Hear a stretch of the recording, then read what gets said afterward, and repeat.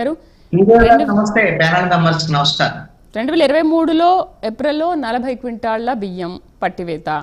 మొన్న భీమిలి ప్రాంతంలో అండ్ పెద్దపాలెంలో 1,89,157 కిలోల మెట్రిక్ టన్నుల బియ్యం పట్టివేత.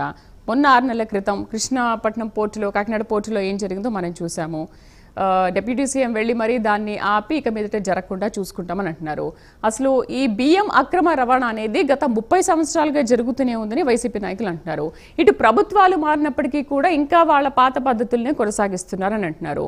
వైసీపీ హయాంలో ఉన్నప్పుడు 26 లక్షలు 29 లక్షలు అంటే మేము కూటమి ప్రభుత్వం వచ్చాక 30 లక్షలు 35 లక్షల పైన బియ్యం పంపిణీ జరిగింది, అందరూ తీసుకుంటున్నారని చెప్పి పెంచుతున్నారు. నాట్ ఓన్లీ ఈ రేషన్ బియ్యం, మిగతా అన్నిట్లో కూడా మేము వచ్చిన తర్వాత ఇంత పెరిగింది అంత పెరిగిందని లెక్కలు చెబుతున్నారు. ఓకే, బట్ ఇంత జరుగుతున్నప్పటికీ కూడా ఎందుకు బియ్యం అక్రమ రవాణా ఆగట్లేదు? ఈ రోజు అక్కడక్కడ ఈ సీజ్లు అనేవి ఎందుకు చేస్తూ ఉన్నారు? అసలు ఈ అక్రమ రవాణా జరగకుండా ఏ విధంగా అడ్డుకట్ట వేయాలి? ఎలా జరుగుతుంది అనుకోవచ్చు ఈ అక్రమ రవాణా అనేది? బియ్యం అక్రమ రవాణాకి సంబంధించినటువంటి విషయంలో బియ్యం ఏదైతే ఈ ప్రజా పంపిణీ వ్యవస్థ ద్వారాగా ప్రజలకు పంపిణీ చేసేటువంటి బియ్యము, ప్రజలు తినటానికి పనికొచ్చే బియ్యాన్ని ఇస్తే ఖచ్చితంగా ఆ బియ్యం తీసుకునేటువంటి పేదవాళ్ళు ఆ బియ్యాన్ని కొనుక్కుంటారు. ఎందుకోసమనంటే మన ఆంధ్రప్రదేశ్ లో లేదా మిగతా దక్షిణాది రాష్ట్రాల్లో బియ్యం తినేవాళ్ళు ఎక్కువ ఉన్నారు. ఉత్తరాది రాష్ట్రాల్లో అయితే రొట్టెలు తింటారు, ఏమైనా చేస్తారు. మనం బియ్యమే తింటాం. ఎందుకు తినలేకపోతున్నాం? ఎందుకు అమ్ముకున్నాం? ఎందుకు అమ్ముతున్నారు? అమ్మేది ఎంతకు అమ్ముతారో తెలుసా అండి? వాళ్ళకు 2 రూపాయలకో ఏమో బియ్యం వస్తే 4-5 రూపాయలకే కేజీ అమ్మేది. కానీ వీళ్ళు కొనేది ఎంత? 20-25 రూపాయలు పెట్టి ఇంకా ఎక్కువ పెట్టి కొనుక్కునేటువంటి పరిస్థితి ఉంది ఈరోజు. అంతకన్నా ఎక్కువే ఉన్నాయి కేజీ బియ్యం. మరి ఎందుకు కొనుక్కుంటున్నారు? మరి ఈ బియ్యాన్ని ఎందుకు అమ్ముకుంటున్నారు అంటే తినటానికి పనికొచ్చే బియ్యాన్ని ఏ ప్రభుత్వాలు కూడా ఇవ్వటం లేదు అనేటువంటిది ఒక అంశాన్ని గమనించాలి. ఫస్ట్ దాన్ని రెక్టిఫై చేసుకోవాలి. అంతే తప్ప వైసీపీ వచ్చినప్పుడు తెలుగుదేశం వాళ్ళ డీలర్లను మొత్తాన్ని మనం తొలగించడం ఎందుకు, మన కార్యకర్తలను పెట్టుకుందాం, దానికి ఒక వెహికల్ పెట్టుకుందాం అని వాళ్ళు ఒక సిస్టమ్ తెచ్చి మళ్ళీ కూటమి రాగానే వైసీపీకి సంబంధించినటువంటి వెహికల్స్ వాళ్ళ వైసీపీ కార్యకర్తలను తొలగించి తెలుగుదేశం సంబంధించినటువంటి డీలర్లు పెట్టుకొని ఇది రాజకీయం చేస్తున్నారు తప్ప ప్రజలకు సంబంధించినటువంటి అంశం లేనేదే. ఇక్కడ ఇద్దరు ప్రభుత్వంలో ఉన్నవాళ్ళు మాట్లాడారు. జనసేన బీజేపీకి సంబంధించినటువంటి అడ్వకేట్ బీజేపీకి సంబంధించినటువంటి వాళ్ళని నేను అనుకుంటున్నాను. అది కూడా వేసినట్టుకున్నారు. అక్కడ కరెక్టా కాదనేది చెప్పండి ఒకసారి. జనసేనకు సంబంధించినటువంటి ఏమంటే బీజేపీ అయినా అడ్వకేట్ గారు మాట్లాడింది? దుర్గారావు గారు. దుర్గారావు అయితే వైసీపీ, బీజేపీ. ఓకే, ఇక్కడ ఇద్దరు ఏం చెప్తున్నారు? రేషన్ బియ్యం మాఫియా జరుగుతుంది, ఇంకా జరుగుతోంది. వైసీపీ వాళ్ళు చేస్తున్నారు, ఇంకా చేస్తున్నారు. మాకు సంవత్సరం మేము బాగా కష్టపడి పనిచేసాం, మాకు సరిపోవట్లేదు, వాళ్ళంతా అధికారుల్ని మాఫియాని ఎన్ని చేశారు, మాకు ఇంకొక సంవత్సరం కావాలని బీజేపీ ఆయన చెప్పారు. జనసేన మరి ఆయన ఇంకా ఎన్ని సంవత్సరాలు కావాలో వీళ్ళకి, లేకపోతే ఇంకొక 5 ఏళ్ళు 10 ఏళ్ళు కాదు తెలియదు నాకైతే. నేను ఒకటి అడుగుతాను, మాఫియా లేకపోతే అధికారులు వీళ్ళందరినీ వైఎస్ఆర్ కాంగ్రెస్ పార్టీ వాళ్ళు మేనేజ్ చేస్తుంటే మీ పోలీసులు, మీ ప్రభుత్వము, మీరు సంవత్సరం నుంచి మీరేం చేస్తున్నారు? నేను ఒకటి అడుగుతాను, ప్రతి గ్రామం నుంచి అండి బియ్యం ఎలా వస్తాయో తెలుసా అండి శ్రీదేవి గారు? వాళ్ళకు కూడా తెలుసు, రాజకీయ నాయకులే కాబట్టి. ఒక గ్రామం నుంచి ప్రతి ఇంటి దగ్గర ఇంటింటికి పంచుతారు కదా, లేకపోతే ఒక డీలర్ దగ్గర కదా. ఒక ఊరు నుంచి మండల కేంద్రానికి వస్తాయి, మండల కేంద్రం నుంచి నియోజకవర్గ కేంద్రానికి వస్తాయి, నియోజకవర్గం నుంచి జిల్లా కేంద్రానికి వస్తాయి, జిల్లా నుంచి ఇక్కడ ఎక్కడైతే కోర్టులు వ్యవహారం ఇక్కడ నుంచి ఇతర దేశాల వరకు వెళ్తాయి. ఈ నెట్వర్క్ లో అధికారులు, రేషన్ డీలర్లు ఉంటారు, అదే విధంగా రెవెన్యూ అధికారులు ఉంటారు, సివిల్ సప్లైస్ వాళ్ళు ఉంటారు, మరి పోలీసులు ఉంటారు. దీంట్లో భాగస్వాములు, అసలైన భాగస్వాములు ఎవరో తెలుసా అండి? దీంట్లో రాజకీయ నాయకులు, ఎమ్మెల్యేలు, మంత్రులు, వీళ్ళండి. వైసీపీ ప్రభుత్వం ఉంటే వైసీపీ వాళ్ళు, తెలుగుదేశం ప్రభుత్వం ఉంటే, జనసేన ప్రభుత్వం ఉంటే వాళ్ళే ఉంటున్నారు. వాళ్ళు లేకుండా జరిగే అవకాశమే లేదు అనేటువంటిది నేను స్పష్టంగా చెప్తాను. వీరయ్య చౌదరి ప్రకాశం జిల్లాలో ఒక దారుణమైనటువంటి హత్యకు గురయ్యారు. ఒక వ్యక్తిని 49 కోట్లు ఏమో పొడిచారండి. ఒక దారుణమైనటువంటి మాఫియా మర్డర్. తెలుగుదేశం నాయకుడండి ఆయన. నారా లోకేష్ కు చాలా సన్నిహితుడు. చంద్రబాబు నాయుడు వాళ్ళ ఇంటికి వెళ్ళి పరామర్శించాడు, నారా లోకేష్ వెళ్ళి పరామర్శించాడు. ఏంది ఆ మర్డర్ వెనకాల ఉన్నటువంటి అంశం ఏంటి? బియ్యం మాఫియా, మద్యం మాఫియా.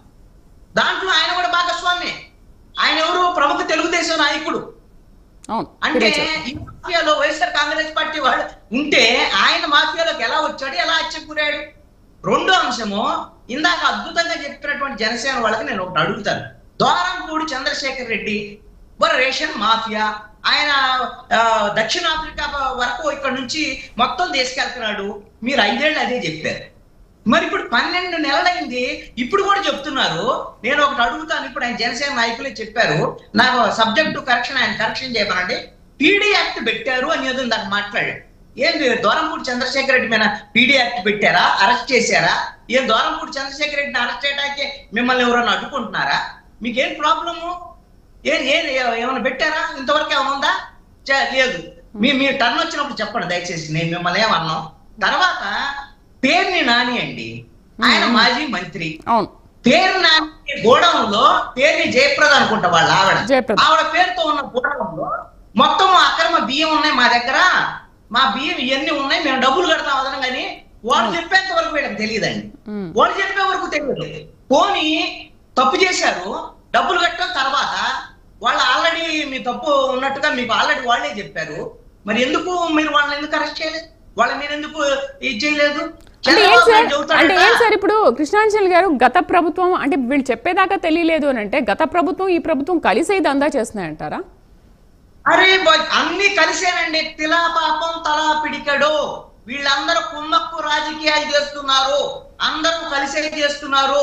వైసీపీ ప్రభుత్వం ఉన్నప్పుడు తెలుగుదేశం జనసేన వాళ్ళకు కూడా వాటాలు ఇచ్చారు, తెలుగుదేశం జనసేన బీజేపీ కూటమి ఉన్నప్పుడు వైసీపీ వాళ్ళకు కూడా వాటాలు ఇస్తున్నారు అనేటువంటిది మీకు ఏ నియోజకవర్గంలో అయినా సరే వాళ్ళని ఎవరినైనా రమ్మనండి, ఆ విధంగా వాటాదారులు కాదో అవునో నేను చెప్తాను. ఒక ఉదాహరణ చెబుతా. మా పవన్ కళ్యాణ్ ఏదో చేస్తున్నాడు, మా నాదెండ్ల మనోహర్ ఏదో చేస్తున్నాడు అని చెప్తున్నారు కదా. పవన్ కళ్యాణ్ ఏం చేశాడండి? వెళ్ళి సీజ్ ద షిప్ అన్నాడు. సీజ్ అయిందా షిప్? ఏమైంది షిప్? సీజ్ అయిందా? రెండో చెప్పనా, ఆయన ఎందుకు వెళ్ళాడో, పోర్టుకి ఎందుకు వెళ్ళాడో? పోర్టుకి వెళ్ళింది బియ్యం గురించి కాదండి. కాకినాడ పోర్టుకు సంబంధించి వైఎస్ఆర్ కాంగ్రెస్ పార్టీ ప్రభుత్వం ఉన్నప్పుడు అక్కడ పోర్టు ఎవరైతే వాళ్ళు అరవిందో వాళ్ళు బలవంతంగా రాయించుకున్నారో ఈ తెలుగుదేశానికి సంబంధించినటువంటి వాళ్ళ దగ్గర నుంచి ఈయన వెళ్ళి దాన్ని ఇష్యూ చేసి ప్రైవేట్ పంచాయతీ చేసి కాకినాడలో వాళ్ళకి రాయించారండి వీళ్ళు, ప్రభుత్వం వాళ్ళు. ఇది చేయడానికి వెళ్ళాడు పవన్ కళ్యాణ్. కాకినాడ పోర్టు పంచాయతీ చేయడానికి వెళ్ళాడు. ఇది వాస్తవం కాదా చెప్పానండి. పోర్టు పంచాయతీ అయిందా కాలేదా? అది పూర్తిగా మీరు ఎటువంటి మీ దగ్గర ఎటువంటి ఆధారాలు లేకుండా మీరు ఆ విధంగా పబ్లిక్ గా ఇది ఉద్యోగాలు మోపడం అనేది కరెక్ట్ కాదు రామాంజన్ గారు. ఎందుకంటే అక్కడ పవన్ కళ్యాణ్ ఏదో మీరు వెనకాల వెళ్ళినట్టు, పవన్ కళ్యాణ్ మీకే చెప్పినట్టు, పవన్ కళ్యాణ్ మీరు అందరూ కలిసి మాట్లాడినట్టు, ఇదే పవన్ కళ్యాణ్ అసలు ఆ కాకినాడ పోర్ట్ ఇష్యూ ఒక పెద్ద ఫ్రాడ్. దానికి మీరు ఒక కంప్లీట్ టాపిక్ డివేట్ చేసేసారు. పంపించి అలా కదండి. మేము మాట్లాడినప్పుడు సబ్జెక్ట్ కన్ఫర్మ్ అయ్యాం కాదు.